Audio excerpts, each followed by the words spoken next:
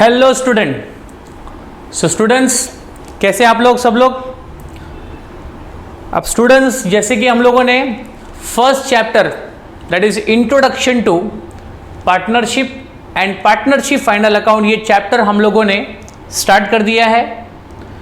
नव इस चैप्टर के अभी तक हम लोगों ने कौन कौन से पार्ट कवर किए, तो सबसे पहले यहाँ पर आप लोग को ध्यान देना है और आप लोग जो भी वीडियोस मेरे देख रहे हो या जो भी कोर्स के वीडियोस आप ले रहे हो, उन सभी वीडियोस को सबसे ज़्यादा बेनिफिटेड आपको तब मिलेगा जब आप उस वीडियोस को देखते समय आपके सामने गवर्नमेंट की टेक्स्ट बुक। बच्चे लोग, मैंने आपको कोई नया नोट्स लेने के लिए कहा नहीं कहा, मैंने आपको सिर्फ क्या कहा कि जो आपकी रेगुलर टेक्स्ट बुक है, जो महाराष्ट्र स्टेट गवर्नमेंट के द्वारा यहाँ पर आपको रिकॉग्नाइज करके दी गई है, आपको सिर्फ उसी टेक्स्ट बुक का यहाँ पर हेल्प लेना है। बाकी किसी नोट्स के बारे में आपको सोचने की आवश्यकता बिल्कुल नहीं है। ओके, तो आप लोग जो भी वीडियोस मेरे देखेंगे at the time of theoretical और as well as at the time of question solving, जब हम प्रैक्टिकल प्रॉब्लम को सॉल्व करेंगे तो प्रैक्टिकल प्रॉब्लम को सॉल्व करते समय भी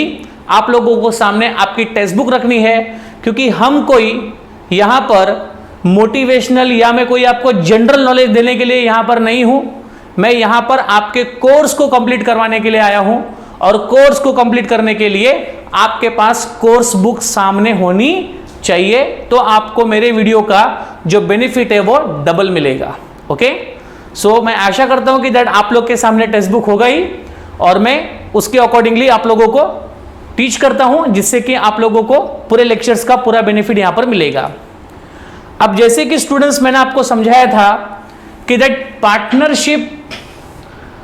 पार्टनरशिप का फाइनल अकाउंट या पार्टनरशिप से रिलेटेड इस पूरे BK that is bookkeeping and accountancy के सब्जेक्ट में पार्टनरशिप इस कॉन्सेप्ट से रिलेटेड टोटल 5 चैप्टर्स आपको पढ़ने हैं। बच्चों लोग, कितने चैप्टर्स पढ़ने हैं? 5 चैप्टर्स आपको पढ़ने हैं।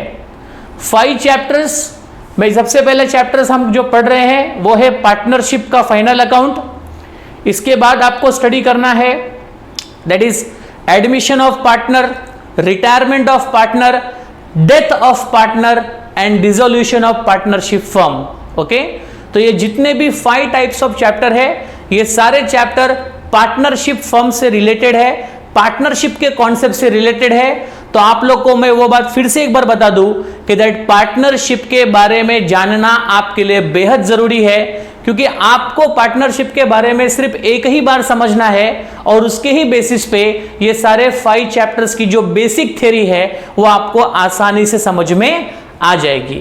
क्योंकि मैं आपको अकाउंट्स जो है वो समझाने के लिए आया हूं, मैं आपको अकाउंट्स याद कराने के लिए नहीं आया हूं। आपको इस तरह से अकाउंट्स में आपको सिखा कर दूंगा कि जिससे आप अपने फ्रेंड्स को एज ए टीचर खुद भी सिखा सकते हो।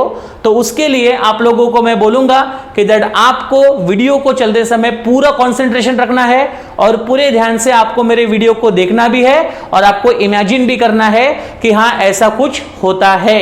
ओके, सो यहां पर हम लोगों ने पार्टनरशिप के चैप्टर में अभी तक हम लोगों ने क्या पढ़ा, तो अभी तक हम लोगों ने कवर किया है मीनिंग एंड डेफिनेशन, ये पार्ट हमने कवर किया था। So meaning definition of partnership already we have discuss.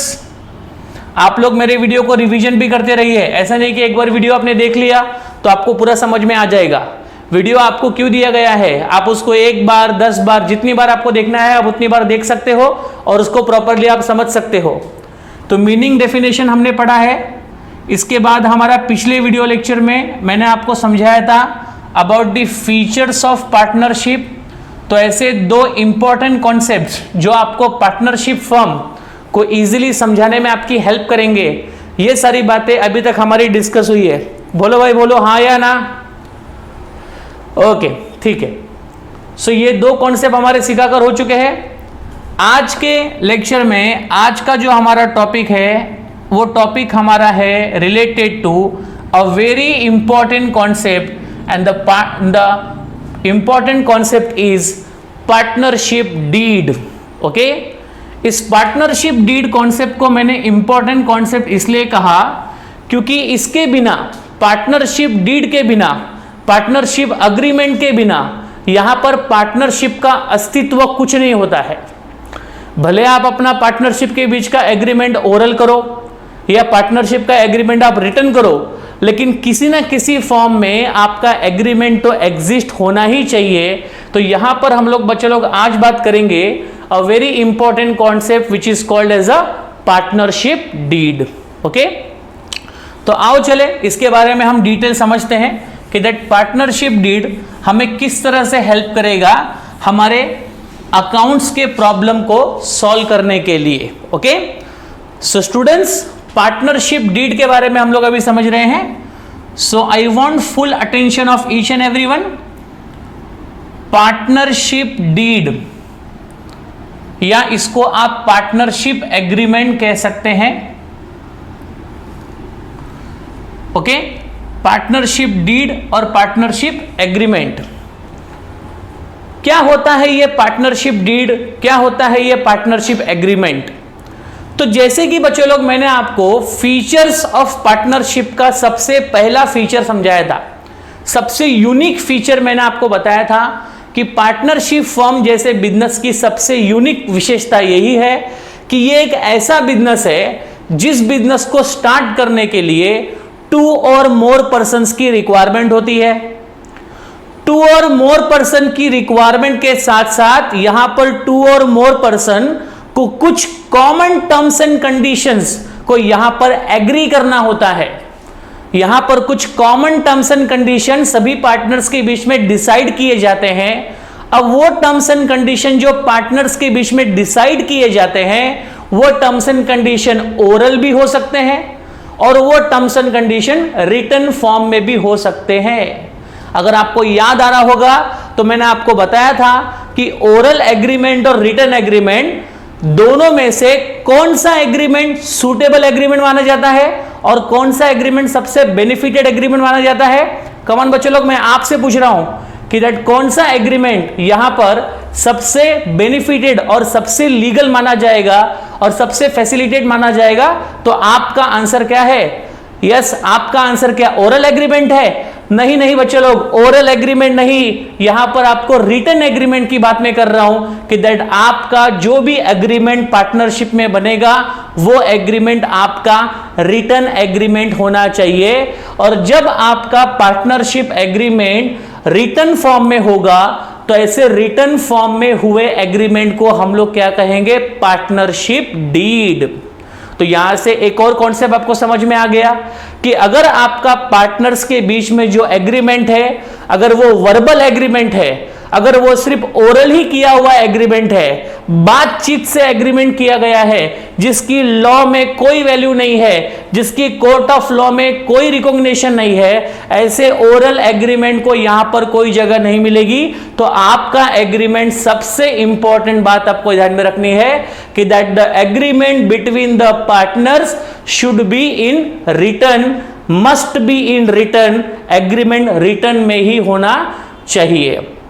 चूंकि पार्टनरशिप एक्ट 1932 आपको कभी प्रेशर नहीं करेगा, पार्टनरशिप एक्ट 1932 आपको कभी ऐसा कंपल्सन नहीं करेगा कि दैट आप एग्रीमेंट रिटन में ही करो।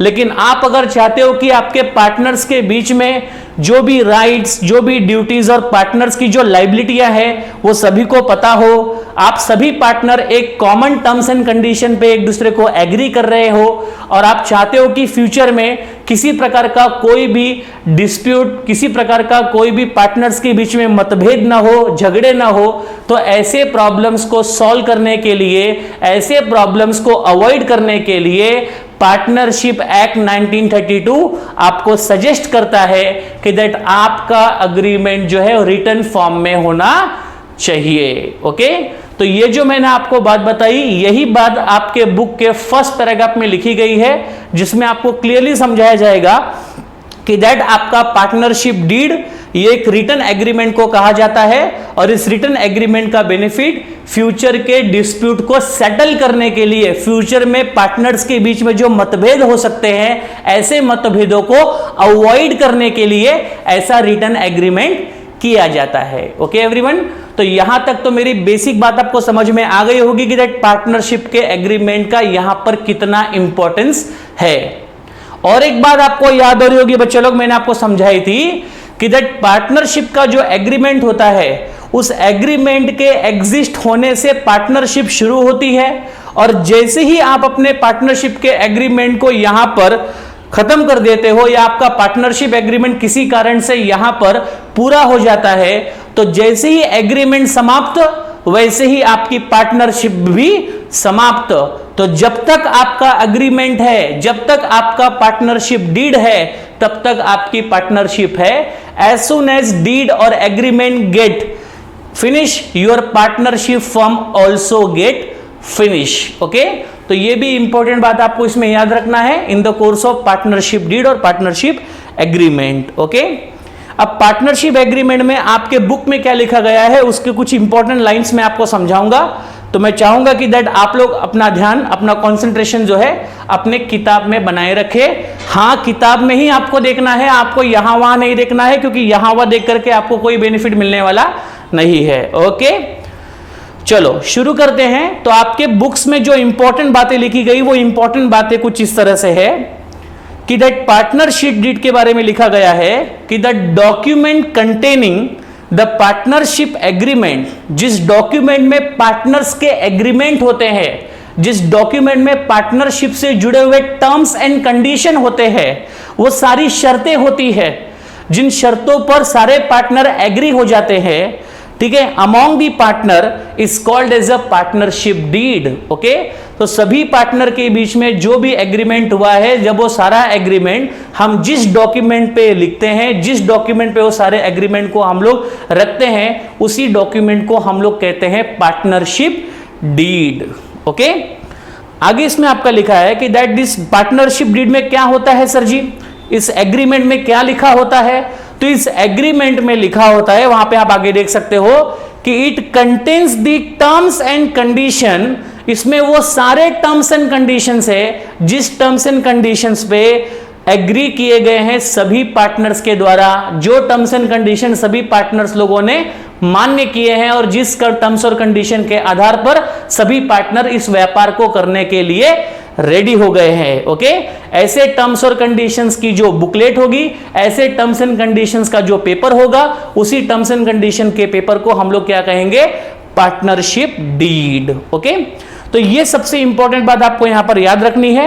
बाकी आपको पूरा यहां पर रीड करने और पूरा आपको याद करने की कोई जरूरत नहीं है। सिर्फ आपको ये सारी बातें क्यों समझाई जा रही है कि अकाउंट्स को सॉल्व करते वक्त आपको ये सारे बेसिक डाउट्स नहीं आने चाहिए। ओके, इसके अलावा हम इसके बाद पढ़ेंगे कि दैट पार्टनरशिप डीड में कंटेंट्स कौन से होते हैं, कौन से इंपॉर्टेंट बातें पार्टनरशिप डीड में लिखी होती है।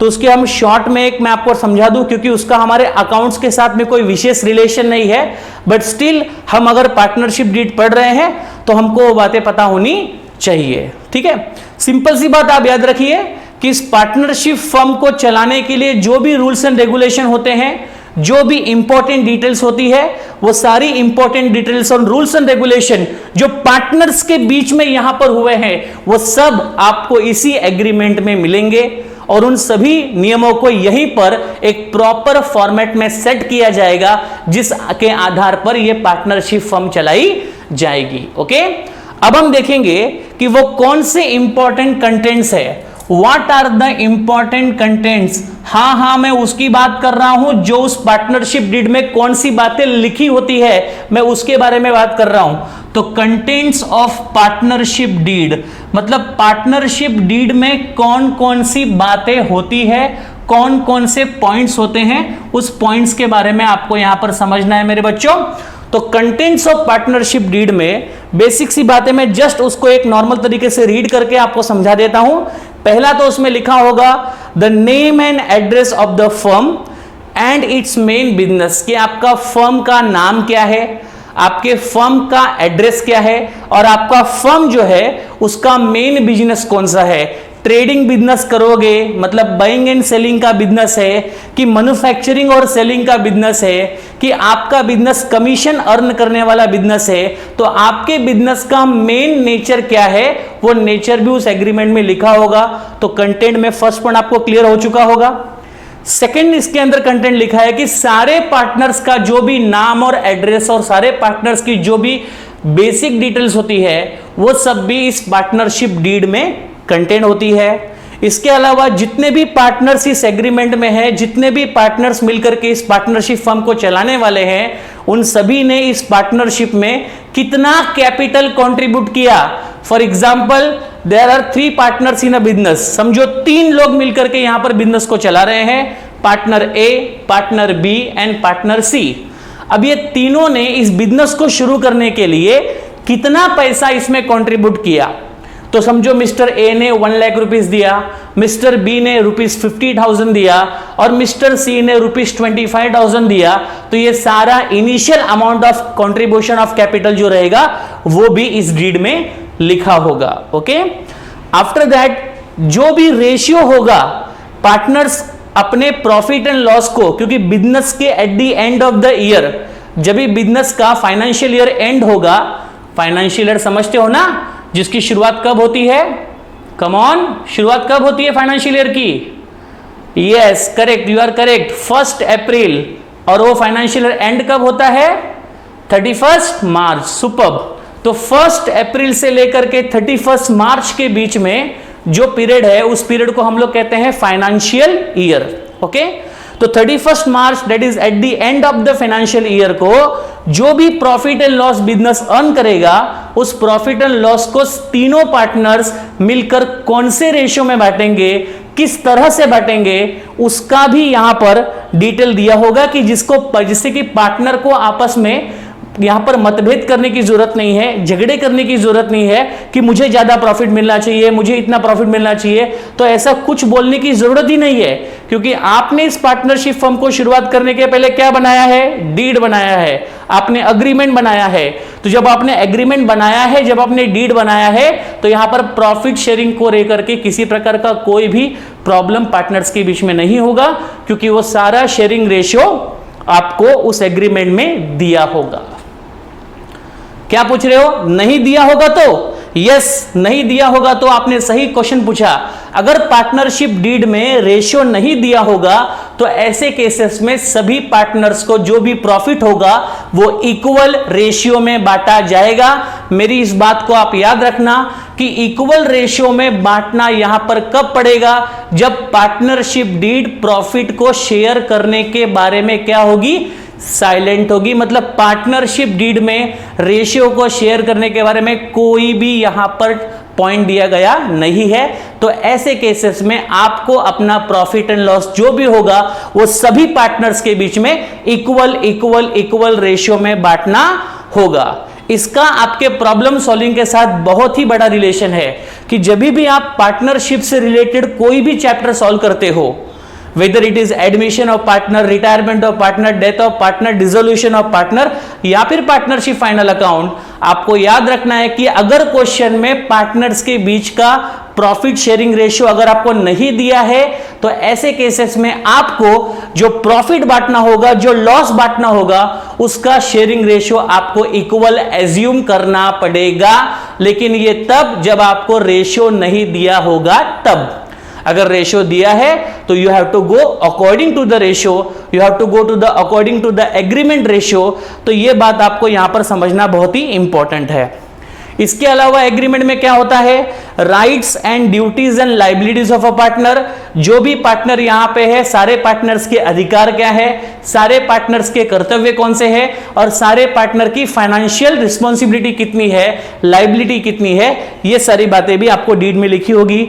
इसके अलावा अगर हम पार्टनरशिप में किसी नए पार्टनर को एडमिशन देते हैं या फिर कोई पार्टनर बिजनेस छोड़कर जा रहा है, अपनी मर्जी से जा रहा है या किसी और की मर्जी से जा रहा है, हमको ये नहीं जानना है कि वो किसकी मर्जी से जा रहा है। हमको सिर्फ ये पता होना चाहिए कि वो अपने बिजनेस को छोड़कर जा रहा है, रिटायरमेंट हो रहा है या अचानक किसी पार्टनर की डेथ हो जाती है।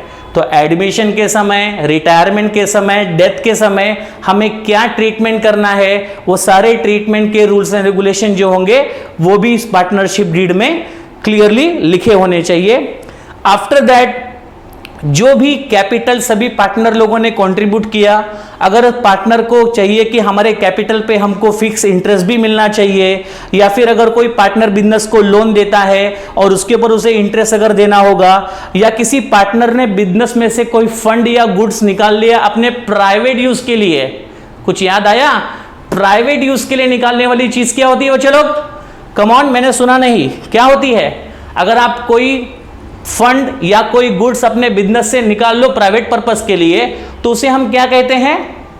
यस, यू आर करेक्ट, हम उसे ड्राइंग कहते हैं। क्योंकि बिजनेस में से जब आप कोई भी कैश या कोई भी वस्तु अगर आप विड्रॉ करते हो, so that is called as a drawing. तो आपने बिजनेस से जो भी ड्राइंग की होगी या आपने बिजनेस से जो भी कैपिटल यहां पर निकाला होगा, वो सब कुछ यहां पर प्रॉपर तरीके से उसके जो भी इंटरेस्ट होंगे उसका पूरा रूल्स एंड रेगुलेशन आपको पार्टनरशिप डीड में दिया होना चाहिए। इसके अलावा अगर ऐसा तय हुआ है पार्टनरशिप शुरू होने के पहले कि कोई ऐसा एक्टिव पार्टनर का रोल प्ले करने वाला है जिसका काम बाकी के पार्टनर के अपेक्षा सबसे ज्यादा होगा, तो ऐसे एक्टिव पार्टनर को क्या हम लोग सैलरी देने वाले हैं या नहीं देने वाले हैं, ये सब बातें एग्रीमेंट में लिखी होनी चाहिए, जिससे आगे जाकर के पार्टनर्स के बीच में अगेन क्या नहीं होना चाहिए? यस, डिस्प्यूट नहीं होना चाहिए। Yes, you are correct. Yes, आप मेरी बात को ध्यान से सुन रहे हो, मतलब आप आंसर भी दे रहे हो, वेरी गुड। इसके अलावा अगर समझो कल अगर फर्म किसी कारण से कुछ महीनों बाद या कुछ सालों बाद अगर फर्म डिसॉल्व हो जाती है, मतलब फर्म अगर यहां पर बंद हो जाती है, तो उस समय सभी पार्टनर्स के बीच में कैसे सब कुछ बांटा जाएगा, उन सबका सेटलमेंट का भी रूल्स आपको डीड में दिया होगा।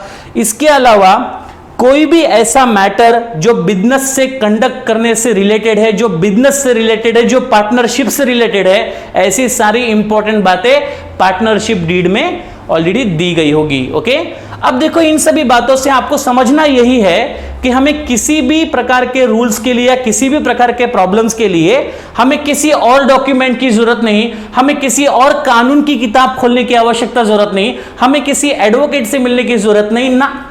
हमारे पास एक सबसे इंपॉर्टेंट डॉक्यूमेंट है, और वो इंपॉर्टेंट डॉक्यूमेंट क्या है बच्चों लोग? पार्टनरशिप डीड, जो कि रिटन एग्रीमेंट होता है। ओके, तो ये मैंने आपको बताया कि पार्टनरशिप डीड का मतलब क्या होता है और पार्टनरशिप डीड में कौन कौन से कंटेंट्स और कौन कौन सी बातें लिखी होती है। ओके, तो इनको सबको आप फिर से एक बार रिवाइज कर सकते हैं। फिर आपका जो नेक्स्ट पॉइंट यहां पर दिया है वो दिया है इंपॉर्टेंस ऑफ पार्टनरशिप डीड।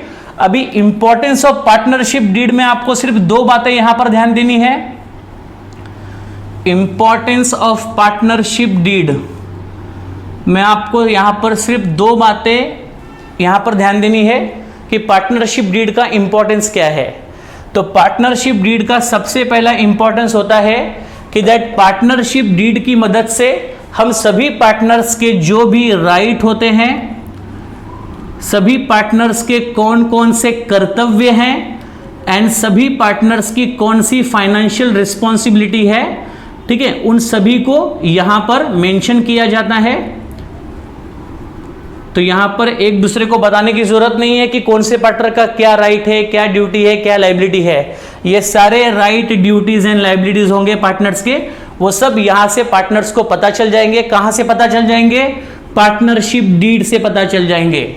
तो ये पहला इंपॉर्टेंस हुआ। दूसरा इंपॉर्टेंस ये हुआ कि फ्यूचर में पार्टनर्स के बीच में अगर कोई डिस्प्यूट होता है, किसी प्रकार का प्रॉब्लम होता है या फिर किसी बात को लेकर के अगर झगड़ा होता है, तो ऐसे केसेस में पार्टनरशिप डीड जो है वो एविडेंस का रोल प्ले करेगी, प्रूफ का रोल प्ले करेगी, जिसको कोर्ट ऑफ लॉ में दिखा करके पार्टनर्स के बीच में सेटलमेंट किया जा सकता है। तो यहां पर फ्यूचर डिस्प्यूट सेटलमेंट इस काम के लिए भी पार्टनरशिप डीड का बहुत ही इंपॉर्टेंस है।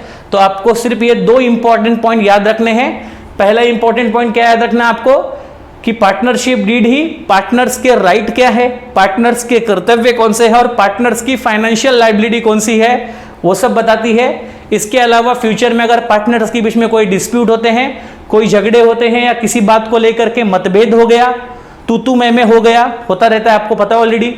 तो ऐसे केसेस में सेटलमेंट करने के लिए ये पार्टनरशिप डीड आपको हेल्प करेगी। कोर्ट ऑफ लॉ में इसी की मदद से पार्टनरशिप के बीच में सेटलमेंट कराया जाएगा। तो अब आपको यह बात समझ में आ गई होगी कि दैट एक पार्टनर्स के बीच में एग्रीमेंट का रिटन फॉर्म में होना क्यों आवश्यक है, क्यों जरूरी है। अगर यही सब चीज अगर ओरल फॉर्म में होता तो उसका कोई इंपॉर्टेंस नहीं होता, और ऐसे केसेस में पार्टनरशिप ज्यादा लॉन्ग टाइम चलती भी नहीं है। इसलिए always partners must have a agreement in written form, not in a oral form. Okay, so this are the things आपको याद रखना है which are related to partnership deed. ठीक है, यस, इसको आप पैराग्राफ को पढ़ोगे तो आपको यही दो इंपॉर्टेंट बात यहां पर मिलेगी, तो यू कैन रीड इट, आप उसको खुद भी रीड कर सकते हो। ओके, इसके अलावा जो नेक्स्ट बात अभी हमको डिस्कस करना है, नेक्स्ट पॉइंट जो हमें डिस्कस करना है वो भी एक बहुत ही इंपॉर्टेंट पॉइंट है। अगेन इसका भी रिलेशन आपके प्रॉब्लम सॉल्विंग से है। बच्चों लोग इस बात को आप याद रखना, इस बात को आप याद रखना कि जो भी डिस्कशन यहां पर मैं पार्टनरशिप को लेकर करूंगा या किसी भी चैप्टर की शुरुआत में, मैं हमेशा हर चैप्टर की शुरुआत थोड़ी थ्योरी से करूंगा, क्योंकि थ्योरी जो होती है ना वो उस चैप्टर के इंट्रोडक्शन को और चैप्टर को बेसिकली समझने में आपकी बहुत हेल्प करती है। करेक्ट है ना? तो एक बार आपको उसका बेसिक समझ गया, आपको उस बिजनेस का नेचर समझ में आ गया, तो उसके अंदर के अकाउंट्स को भी आप आसानी से समझ पाते हो। फॉर एग्जाम्पल, अगर किसी चार्टर्ड अकाउंटेंट को, अगर कोई चार्टर्ड अकाउंटेंट है और उस चार्टर्ड अकाउंटेंट को अगर किसी बिजनेस का अकाउंट बनाना है या उस बिजनेस की ऑडिटिंग करनी है, तो for the purpose of accounting auditing also पहले उस चार्टर्ड अकाउंटेंट को जिस बिजनेस की अकाउंटिंग ऑडिटिंग करनी है उस बिजनेस का नेचर समझना होगा, उस बिजनेस के बारे में जो भी डिटेल्स होता है वो जानना होगा, और ये सभी चीजों को जानने के बाद ही वो उस बिजनेस की अकाउंटिंग और ऑडिटिंग कर सकता है। तो आपको भी वैसी प्रोसेस यहां पर निभाना है कि आपको सीधे फाइनल अकाउंट पे जंप नहीं करना है, आपको फाइनल अकाउंट पे जंप नहीं करना है, क्योंकि फाइनल अकाउंट के पहले आपको क्या लिखा है चैप्टर में, इंट्रोडक्शन टू पार्टनरशिप। तो पहले आपको पार्टनरशिप को समझना है और पार्टनरशिप को समझने के बाद आपको उसका फाइनल अकाउंट सॉल्व करना है। ओके, आप बोलोगे नहीं सर हमें तो सीधे अकाउंट ही सिखाओ, हमें तो सीधे कॉलम ड्रॉ करना सिखाओ, डेबिट क्रेडिट सिखाओ।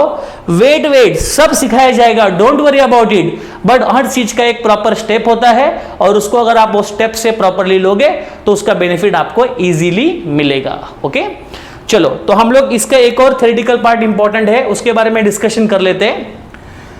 And the part is that, वो इंपॉर्टेंट पार्ट ये है, अगेन वो भी पार्टनरशिप डीड से इनडायरेक्टली कनेक्टेड है, और उसको हम लोग कहेंगे provision of Indian partnership act 1932। जरा बात को समझना, प्रोविजन, ये प्रोविजन का मतलब आपको पता है क्या? आपने कई बार सुना होगा प्रोविजन के बारे में, ये प्रोविजन वर्ड आपने कहीं सुना होगा, जरा याद करो जल्दी फटाफट, कहीं आपको याद आता है क्या? देखो जरा कि आपने ये प्रोविजन वर्ड कहीं सुना है क्या?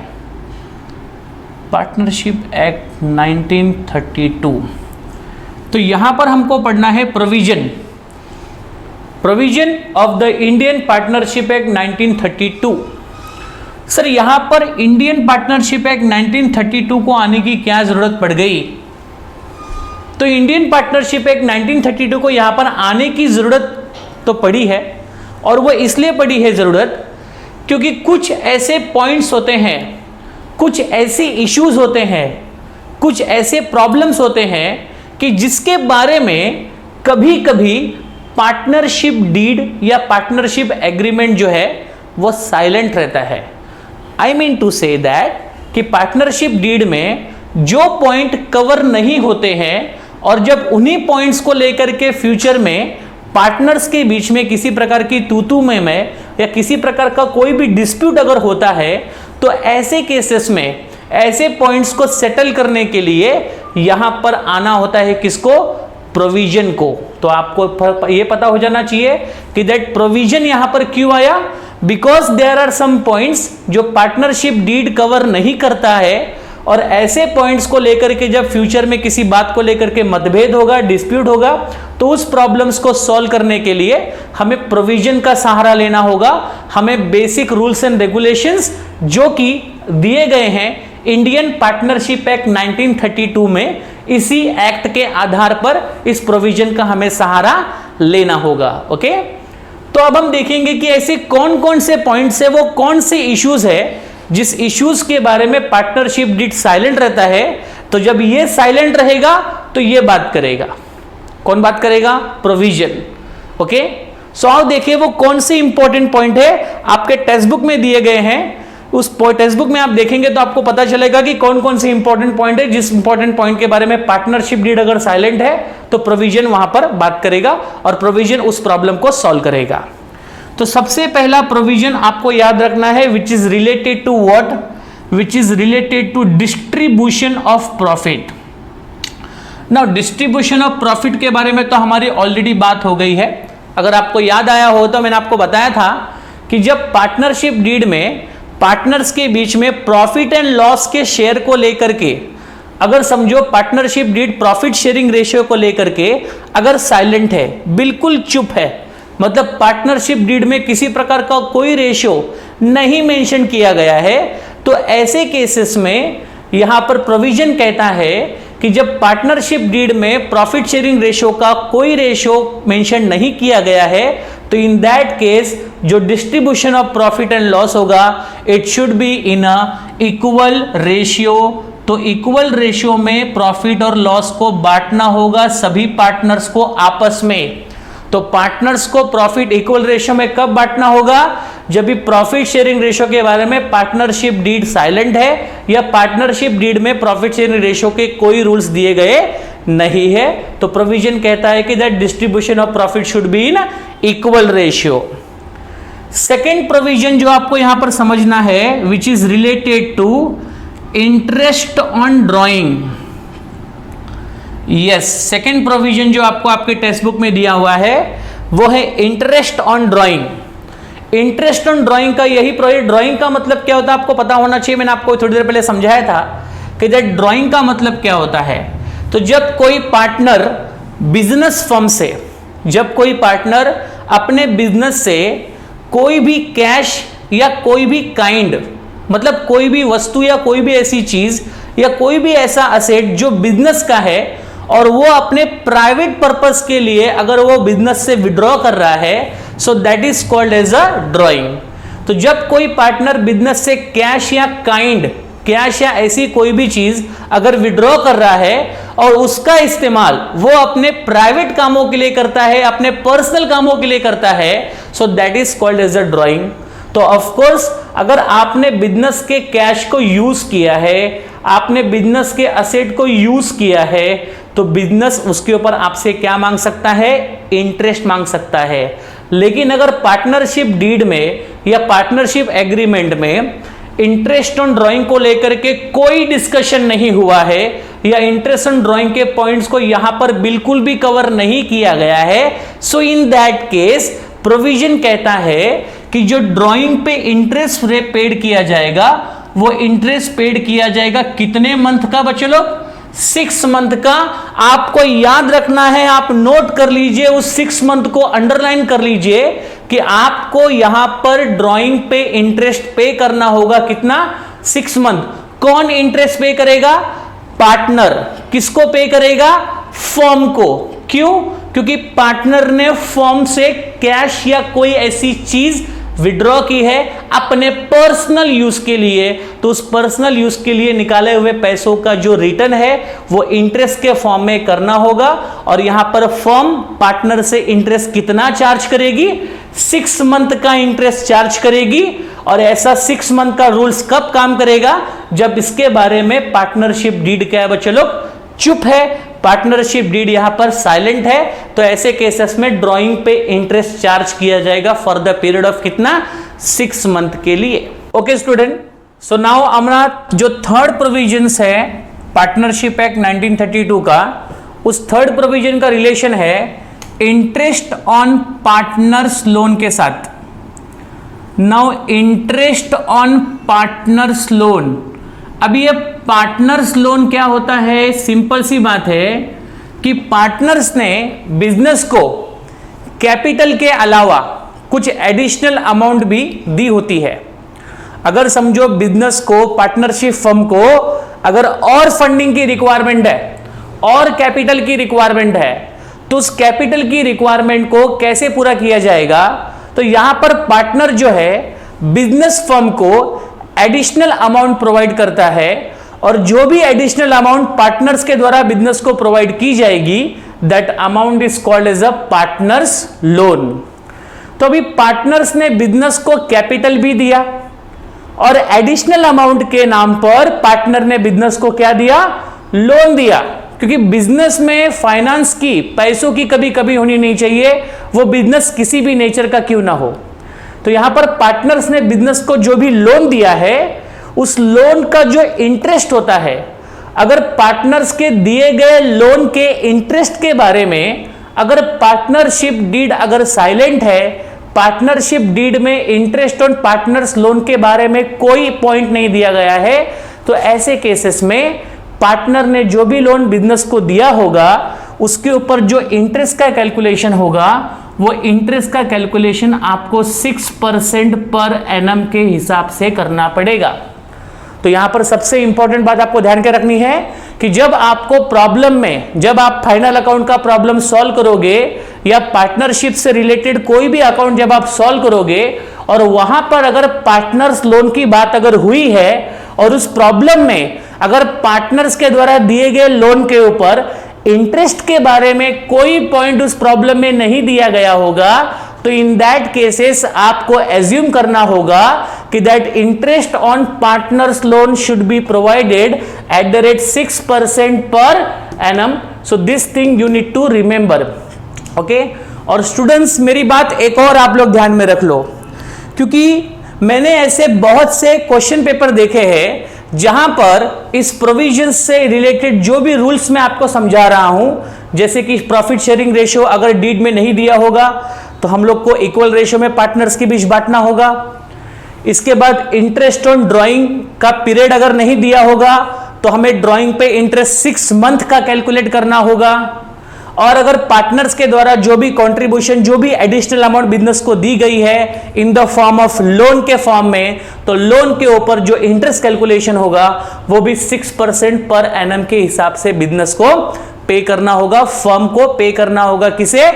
पार्टनर्स को। लेकिन ये सब रूल्स एप्लीकेबल कब होंगे? व्हेन इन सभी पॉइंट्स के बारे में अगर आपके पार्टनरशिप डीड में कोई पॉइंट लिखा गया नहीं है या इनके बारे में कोई भी चर्चा या कोई भी डिस्कशन पार्टनरशिप डीड में नहीं किया हुआ है, तो ही आपके प्रोविजंस यहां पर एप्लीकेबल होते हैं। नेक्स्ट प्रोविजन आपको यहां पर समझना है, the provision which is related to now interest on capital. अभी हमने बात किसकी की थी? इंटरेस्ट ऑन पार्टनर्स लोन की। जो अमाउंट हर पार्टनर बिजनेस को कैपिटल के अलावा एडिशनली प्रोवाइड करता है, एक्स्ट्रा अमाउंट प्रोवाइड करता है, उसको हम लोग क्या बोलेंगे? Partners loan. लेकिन पार्टनर्स ने फर्म को जो इनिशियल लेवल पे कैपिटल प्रोवाइड किया है, तो कैपिटल के फॉर्म में अगर पार्टनर पैसे देता है और उसके ऊपर इंटरेस्ट की बात अगर आती है, तो उसमें कैसे होगा काम, यहां पे देखिएगा जरा। So interest on capital, don't worry, ये होने के बाद मैं फिर से आपको छोटे में रिवाइज करके दे दूंगा कि जिससे आपको जो मेन बातें वो आपको याद रहेंगी। सो इंटरेस्ट ऑन कैपिटल, अगर समझो कैपिटल पे इंटरेस्ट देने की बात अगर आती है, लेकिन कैपिटल पे इंटरेस्ट देना है या नहीं देना है इसके बारे में कोई भी डिस्कशन पार्टनरशिप डीड में नहीं है। इंटरेस्ट ऑन कैपिटल को लेकर के कोई भी चर्चा पार्टनरशिप डीड में बिल्कुल भी नहीं है। तो इन दैट केसेस यहां पर आपको रूल समझना है, यहां पर आपको प्रोविजन समझना है कि जो इंटरेस्ट ऑन कैपिटल के बारे में अगर पार्टनरशिप डीड अगर साइलेंट है, पार्टनरशिप डीड में कुछ नहीं कहा गया है इंटरेस्ट ऑन कैपिटल को लेकर के, तो ऐसे केसेस में आपका बेसिक प्रोविजन, आपका बेसिक गाइडलाइंस क्या कहता है? इंडियन पार्टनरशिप एक्ट 1932 वो कहता है कि किसी प्रकार का कोई भी इंटरेस्ट प्रोवाइड करने की जरूरत नहीं है। बात को फिर से समझिएगा कि अगर इंटरेस्ट ऑन कैपिटल के बारे में कोई भी चर्चा पार्टनरशिप डीड में अगर नहीं की गई है, तो ऐसे केसेस में प्रोविजन कहता है कि कोई इंटरेस्ट पेड करने की जरूरत नहीं है, अगर वो चर्चा पार्टनरशिप डीड में नहीं है तो।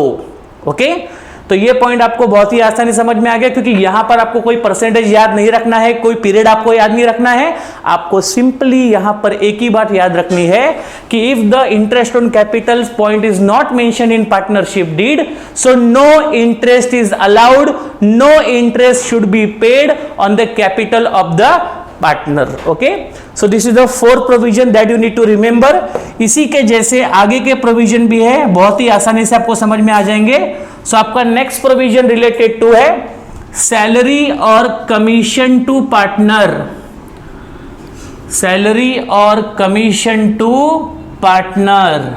ओके, अब जैसे कि हम लोगों ने पॉइंट नंबर 4 में देखा कि कैपिटल के इंटरेस्ट के बारे में अगर कोई चर्चा नहीं है तो प्रोविजन कहता है कि पार्टनरशिप डीड ने इंटरेस्ट ऑन कैपिटल के बारे में कुछ नहीं कहा है तो कोई इंटरेस्ट कैपिटल पे दिया नहीं जाएगा.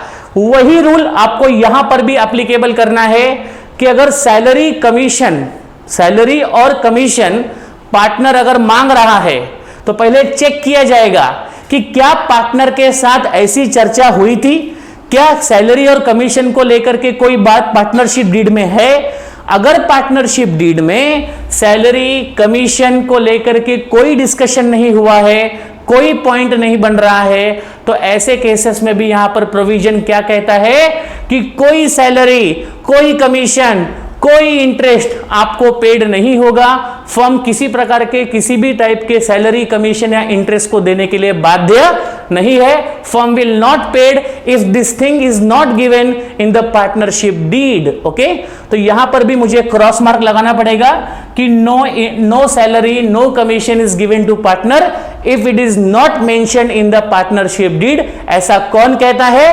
तो ऐसा बेसिक गाइडलाइन, ऐसा प्रोविजन कहता है. किसका प्रोविजन कहता है? इंडियन पार्टनरशिप एक्ट 1932 का. ओके, तो ये पॉइंट भी आपके लिए बहुत ही आसान था. After that the last point, the last provision is called as a admission of a new partner.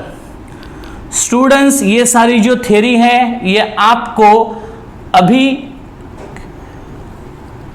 ऐसी लग रही होगी कि दैट बहुत लेंदी है, लेकिन मैं आपको बता दूं ये सारी थ्योरी ही आपके प्रॉब्लम को सॉल्व करने में आपकी बहुत हेल्प करने वाली है. और आपको कोई भी छोटे मोटे डाउट जो पार्टनरशिप से रिलेटेड होंगे वो बिल्कुल भी नहीं आएगा, क्योंकि ये जितनी भी थ्योरेटिकल कॉन्सेप्ट मैं आपको पढ़ा रहा हूं ये सब आपके कहीं ना कहीं अकाउंट्स के प्रॉब्लम को सॉल्व करने से रिलेटेड है. Okay, so please concentrate here. The last provision of the Indian Partnership Act 1932 is admission of a new partner. इसके बारे में ध्यान रखिए प्रॉपर्ली. अगेन इसको भी प्रोविजन में कब डाला गया? जब इसके बारे में भी पार्टनरशिप डीड क्या है बच्चे लोग?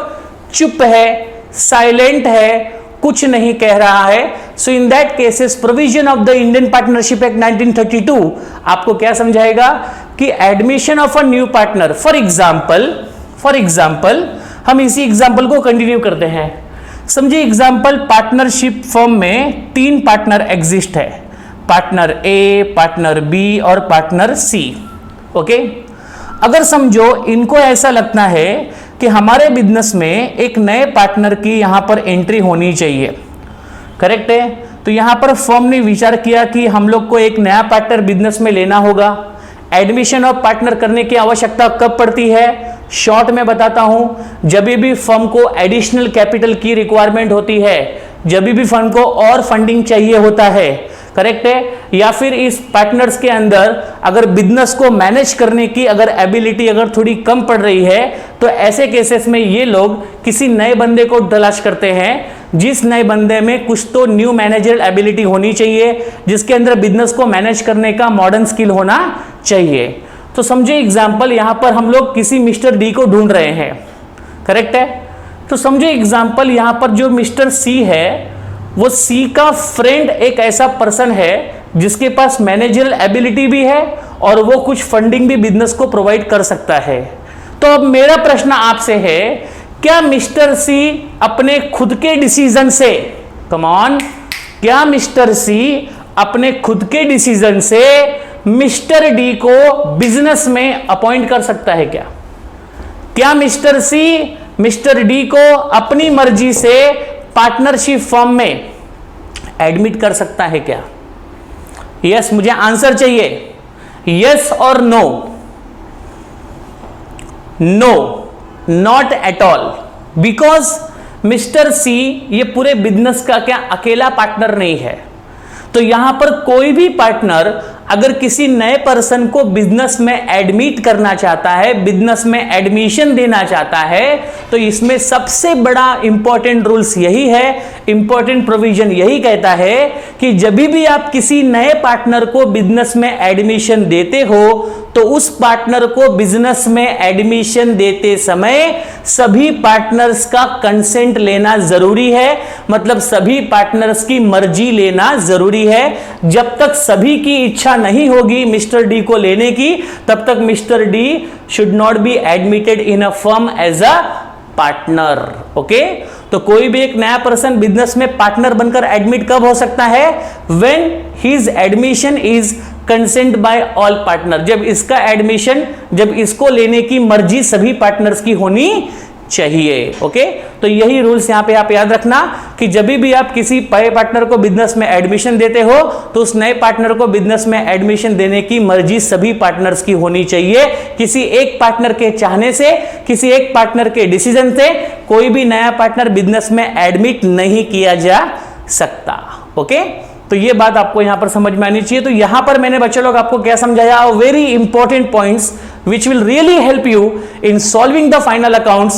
उसमें फर्स्ट आपका था डिस्ट्रीब्यूशन ऑफ प्रॉफिट, कि जब आपको प्रॉफिट शेयरिंग रेशियो अगर नहीं दिया होगा सो इन दैट केसेस आपको पूरा प्रॉफिट जो है वो पार्टनर्स के बीच में बांटना पड़ेगा। कौन से रेशियो में? Yes, you are right, equal ratio में। सेकेंड पॉइंट आपका है interest on drawing.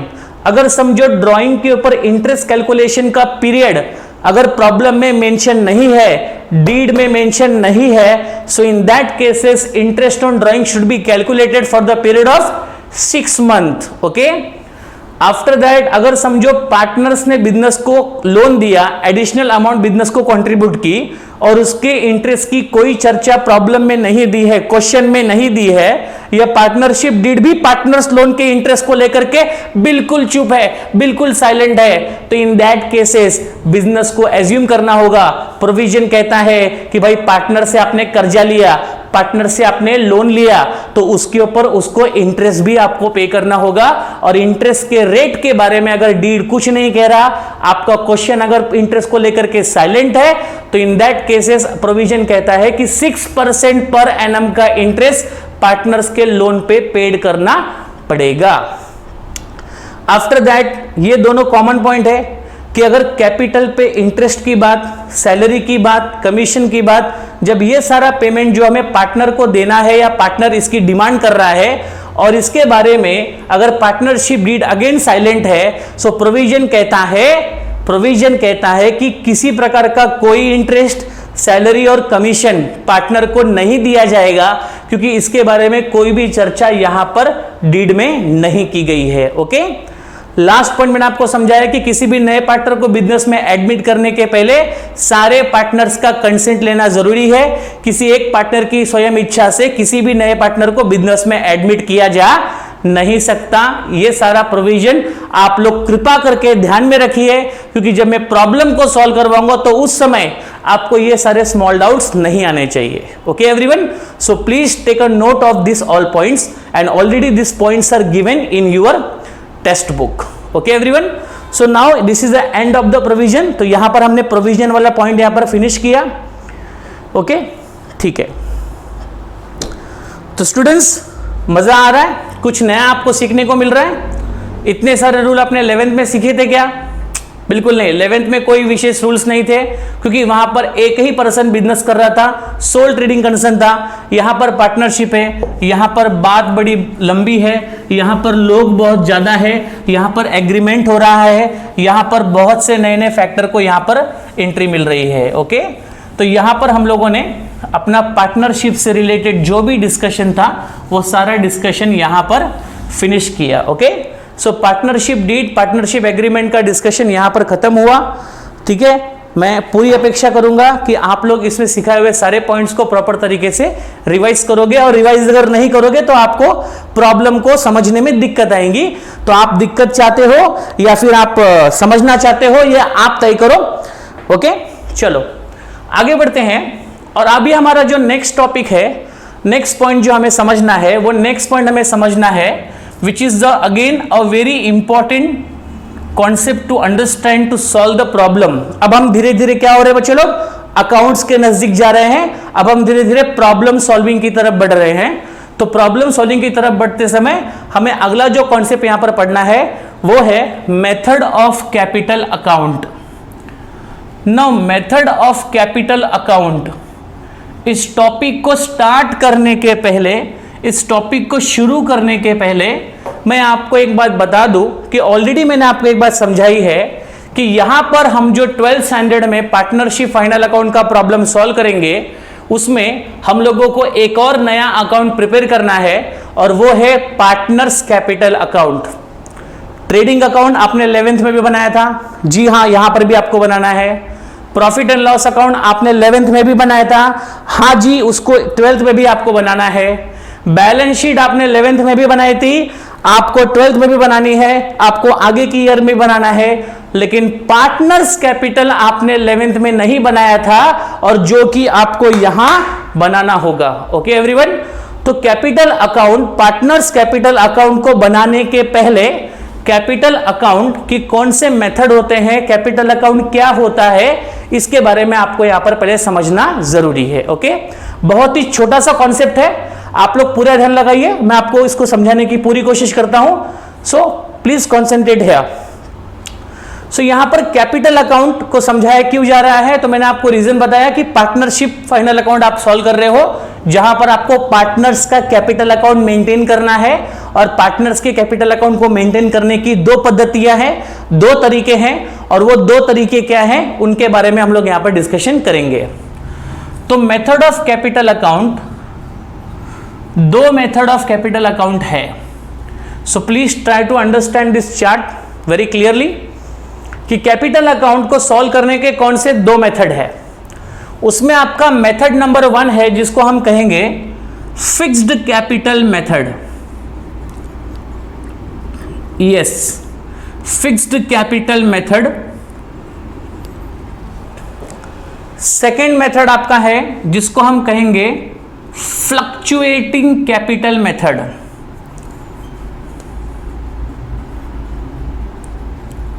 Yes, fluctuating capital method.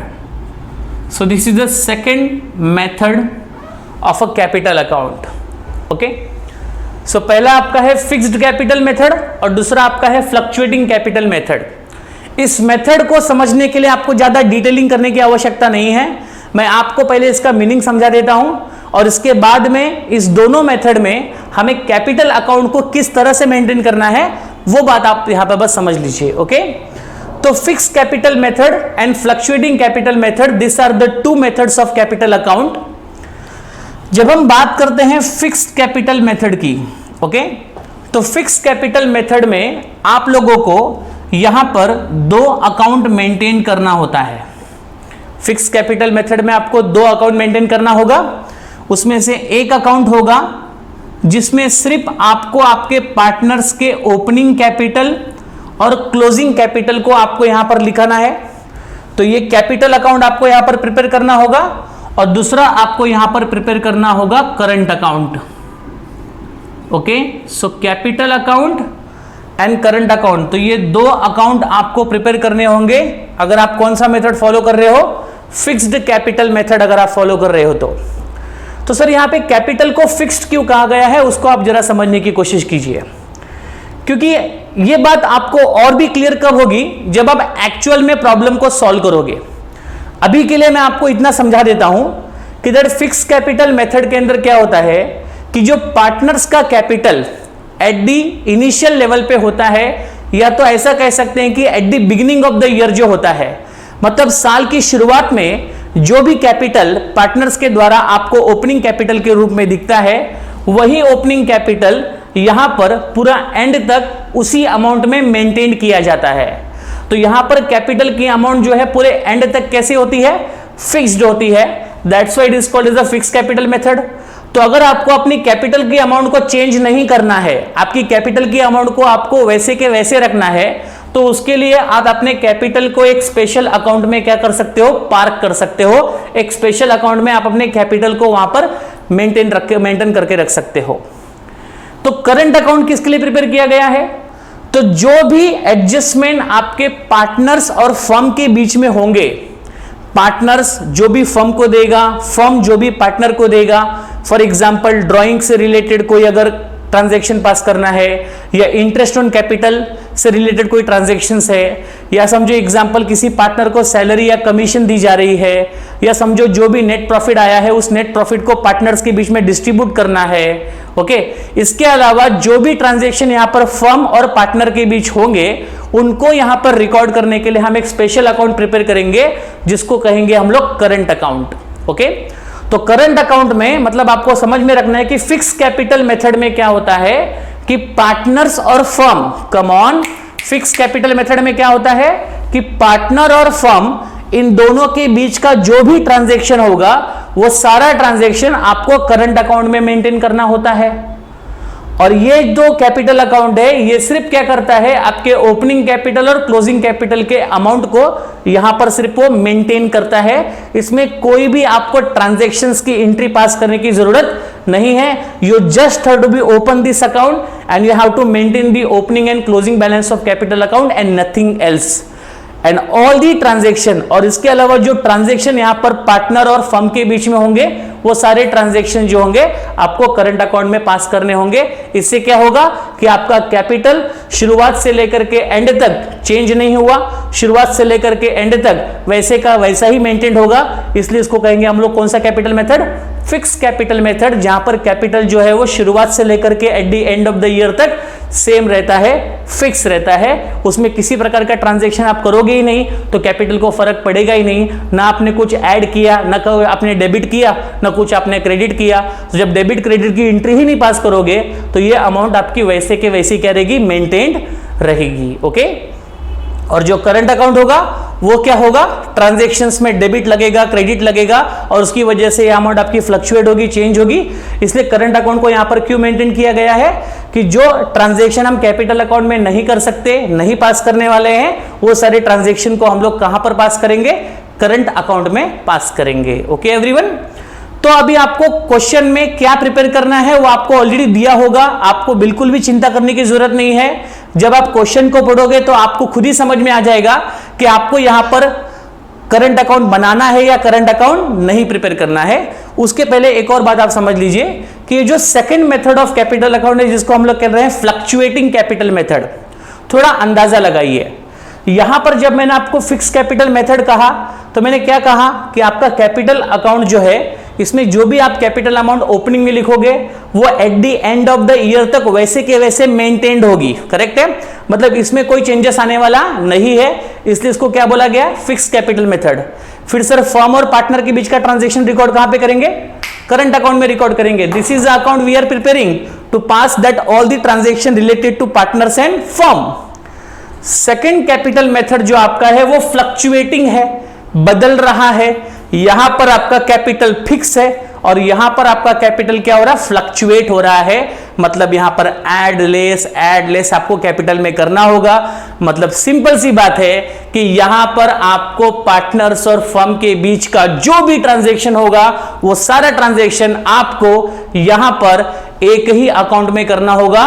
और वो अकाउंट कौन सा होगा बच्चे लोग, कैपिटल अकाउंट। मतलब यहां पर आपको किसी भी टाइप का करंट अकाउंट प्रिपेयर करने की आवश्यकता नहीं है। सो फ्लक्चुएटिंग कैपिटल मेथड में you need to prepare only one type of account and that account is called as a capital account. आपको सिर्फ यहां पर एक ही अकाउंट प्रिपेयर करना है और उस अकाउंट को हम लोग क्या कहेंगे बच्चे लोग, कैपिटल अकाउंट। और इसी अकाउंट में क्या होगा, पार्टनर्स के ओपनिंग कैपिटल से लेकर के पार्टनर्स के क्लोजिंग कैपिटल के बीच में जो भी ट्रांजैक्शन होगा, for example interest on drawing, interest on capital, या फिर net profit distributed between the partners या net loss distributed between the partners, या जो भी सैलरी या जो भी कमीशन यहां पर फर्म पार्टनर को पे कर रही है, वो सारा ट्रांजैक्शन जो फर्म और पार्टनर के बीच में हुआ है वो सब आपको यहां पर एक सिंगल अकाउंट में मेंटेन करना है, कैपिटल अकाउंट में।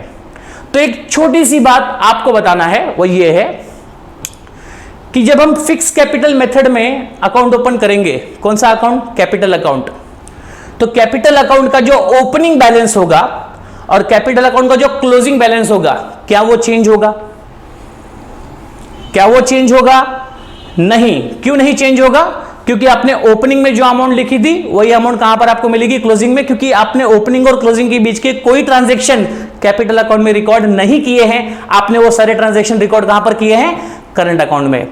लेकिन जब हम फ्लक्चुएटिंग कैपिटल की बात करते हैं, फ्लक्चुएटिंग बोलने पे कैसा लग रहा है, कैपिटल आपका बदल रहा है, कैपिटल आपकी अमाउंट चेंज हो रही है, तो ऑफ कोर्स यहां पर ओपनिंग कैपिटल की अमाउंट और क्लोजिंग कैपिटल की अमाउंट कैसी होगी, अलग अलग होगी। रीजन, क्योंकि यहां पर आपने पार्टनर्स और फर्म के बीच के सारे ट्रांजैक्शंस को रिकॉर्ड किया है, इस वजह से आपका ओपनिंग कैपिटल और क्लोजिंग कैपिटल की जो अमाउंट है वो अलग होगी। और यहां पर दोनों ओपनिंग और क्लोजिंग कैपिटल, ओपनिंग क्लोजिंग का मतलब कैपिटल एट द बिगिनिंग मतलब ओपनिंग और कैपिटल एट द एंड मतलब क्लोजिंग, ये दोनों कैपिटल आपको यहां पर मेंटेन रहेगा, यहां पर मेंटेन्ड नहीं होगा। ओके एवरीवन, तो प्रॉब्लम आपको खुद बताएगा कि आपको मेरे अंदर करंट अकाउंट प्रिपेयर करना है या आपको मेरे अंदर सिर्फ कैपिटल अकाउंट प्रिपेयर करना है, तो ये बात आपको प्रॉब्लम में समझ में आ जाएगी। ओके एवरीवन, तो इतनी सी बात मुझे सिर्फ आपको इस तरीके से बतानी है, ठीक है। ओके, तो आज का लेक्चर हम लोग यहां पर फिनिश करते हैं। आज का लेक्चर हम लोग यहां पर फिनिश करते हैं, जहां पर जितने भी मैंने आपको बेसिक कॉन्सेप्ट पार्टनरशिप फर्म से पढ़ाए हैं, मैं एक्सपेक्टेशन करूंगा कि दैट आप उसको रिवाइज करो, क्योंकि आप जब तक मेरे प्रीवियस वीडियोस को रिवाइज नहीं करोगे आपको अगला वीडियो समझ में नहीं आएगा। So please make sure that कि आप इन सभी चीजों का प्रॉपर तरीके से रिवीजन करोगे। Okay everyone, so take care everyone, मिलते हैं हम लोग नेक्स्ट वीडियो में। Bye everyone.